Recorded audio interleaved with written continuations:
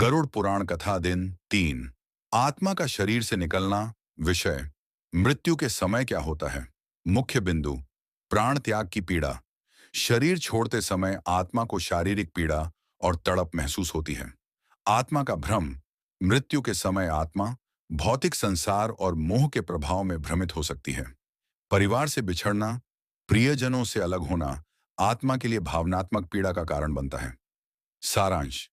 मृत्यु के क्षण में शरीर और आत्मा का अद्भुत और संवेदनशील पल आता है।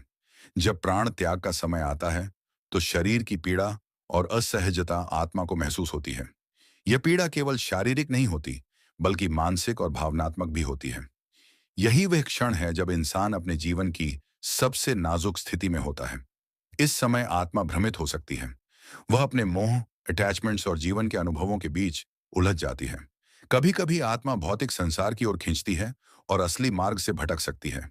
इसलिए इस समय शांत और सकारात्मक सोच बहुत महत्वपूर्ण होती है। साथ ही आत्मा का परिवार और प्रियजनों से बिछड़ना भी एक गहरी पीड़ा होती है। प्रियजन जो जीवन का हिस्सा रहे हैं, उनसे अलग होना आत्मा के लिए एक कठिन अनुभव बन जाता है। यह भावना दिखाती है कि मृत्यु केवल शरीर की समाप्ति नहीं है, बल्कि यह आत्मा की एक नई यात्रा की शुरुआत है। इसलिए मृत्यु के समय समझना और आत्मा की मदद करना, चाहे वह प्रार्थना हो, शांति देने वाला वातावरण हो या केवल प्रेम और सहानुभूति, बेहद जरूरी है।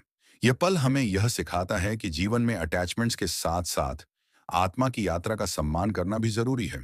मृत्यु केवल एक अंत नहीं, बल्कि आत्मा की यात्रा का एक महत्वपूर्ण पड़ाव है।